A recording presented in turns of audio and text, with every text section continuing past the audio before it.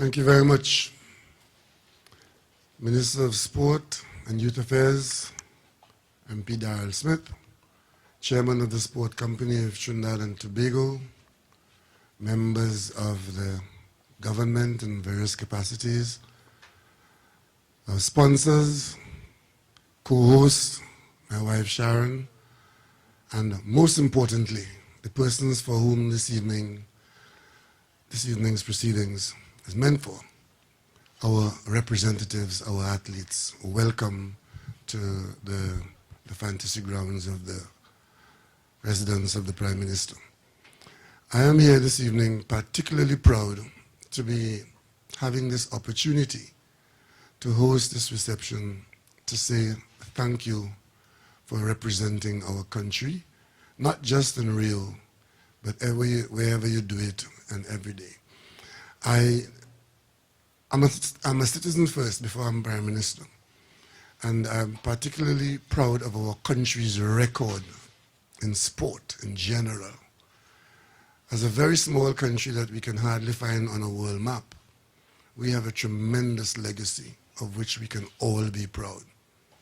That legacy goes way back before Rodney Wilkes, but of course if you were as young as I am, you would remember the excitement. You remember the excitement of Motley and Bernard and Skinner, where as a little country before cable television and before live TV and broadcast, we held a world record in the 4x4. And we had people who were world beaters. And I was just mentioning to somebody a while ago that what you see Kim Collins is doing now, running into his old age, he's trying to copy Edwin Roberts, who is a Trinidad and Tobago athlete who, coming out of the Olympics, ran for a decade after on the world stage. And we must be proud that there are people from our nation who took it upon themselves to express their talent, carrying our flag in today's world where that means so much. I'm particularly pleased to have in this audience tonight Otto Bolden, who represented the best from the very beginning at the junior champs, realizing his potential on the world stage, and is continuing to help us by identifying our talent and staying with them. That's what we know in Trinidad and Tobago, that's what we want. And for those of you who went to the Rio Games, I know that some things have not gone well, and I want to apologize for the comments, the untoward comments made and directed at you. Those comments that were hurtful are not really aimed at you.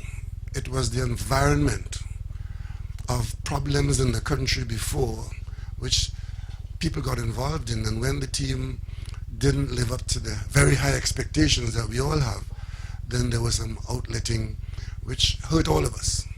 We were not on the field with you, but we felt that certain comments should not have been made.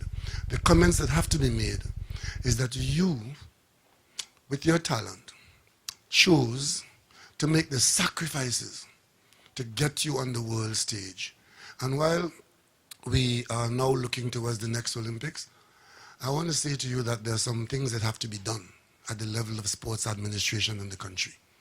And that is planning for execution.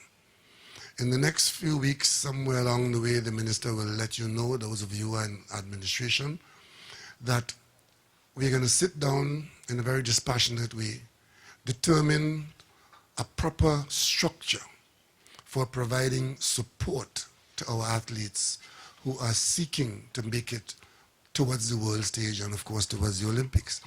And we want to differentiate between support and reward, because the lines are beginning to be blurred. And of course, there are some comments being made on a regular basis that the government is not sufficiently supporting the athletes. The taxpayers who fund the support program can't really say that, because from where we sit, providing the financial support, it is not to be sneezed at, especially in these times when money is hard to come by and priorities are health, education, and so on and so on. But we do have and must have monies to allocate towards our young people who are doing what you are doing. So there will be significant support for you, but we're going to make sure that the support is directed and received in the way it has been given. And finally, I want to say to the sponsors, the government is going to put something in place, including tough love enforcement, that people who are accessing taxpayers' money have to account in a way that taxpayers will feel confident that the monies that they direct towards supporting the athletes are doing just that and nothing else. So therefore, all persons who are engaged in sporting organizations would have to comply with providing adequate and readable, timely accounts for the resources that you have if you want to access taxpayers' money. That's a given. And once we begin to enforce that in a believable way, I have every confidence that our private sector would be generous in siding with the government, backing you in very significant ways, so that those of you whose talents emerge as worthy of support all the way to the highest level in the world, you will get the support that is required to get you there.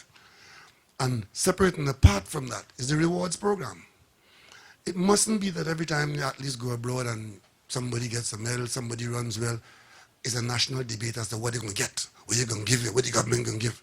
That is too banal. It's too banana republic. We have to put in place a proper arrangement of reward, and you work towards that reward, and if the attainments are made, then we all know what the reward is. And those are the things that we want to fix in 2017, 2016 going towards 2017, and work against that program. There's something else too that we are going to put in place, and this is where the government's going to take the lead. We have 15 subdivisions in this country. And at the primary school level, it's our intention to put proper coaching in there and proper initial competition and be a proper sound nursery, which will take that competition into the secondary school program. And again, the government will be involved in providing the direction and the support. And through UTT, the whole question of a sports administration would become a more recognizable and accepted career, so that we will be able to manage this asset, because what happened in the days of Motley and Skinner and others, sport was not a potential economic growth area. Today it is. And we've spent some significant sums of money on some pieces of infrastructure in this country. And we are now being called upon to use them in a different way, in a better way, to make those investments worthwhile. And those of you who are, who are at top of your career, we are hoping that some of you eventually will come back into the administration of sports in this country and help us realize our fullest potential.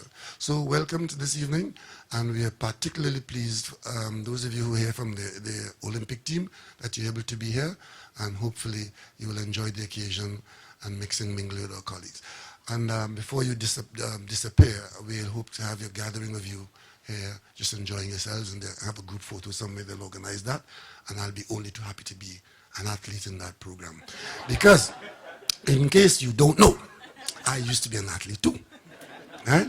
And Mr. Kishon, my best performance in school in athletics was the javelin. My wife doesn't believe me, but she said she was a high jumper. I never know. A long jumper.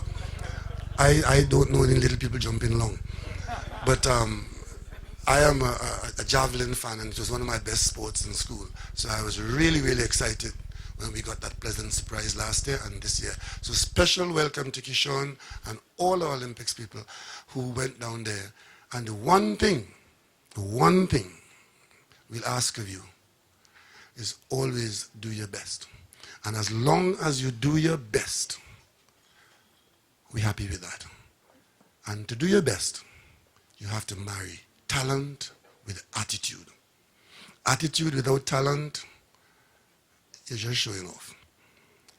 Talent without attitude, you're going to waste a lot of resources. But when you marry a good attitude and talent, then good things can happen. And we got a tremendous foundation in Trinidad and Tobago. Everybody's saying, let's try and be like Jamaica. Yes, let's try and be like Jamaica. Jamaica is setting a tremendous example. And one of these days, we're going to catch up with them. Anya, we can catch up with you. And when we catch up with you, we'll remind you about when we wanted to be like you. So welcome again, and thank you very much for being here.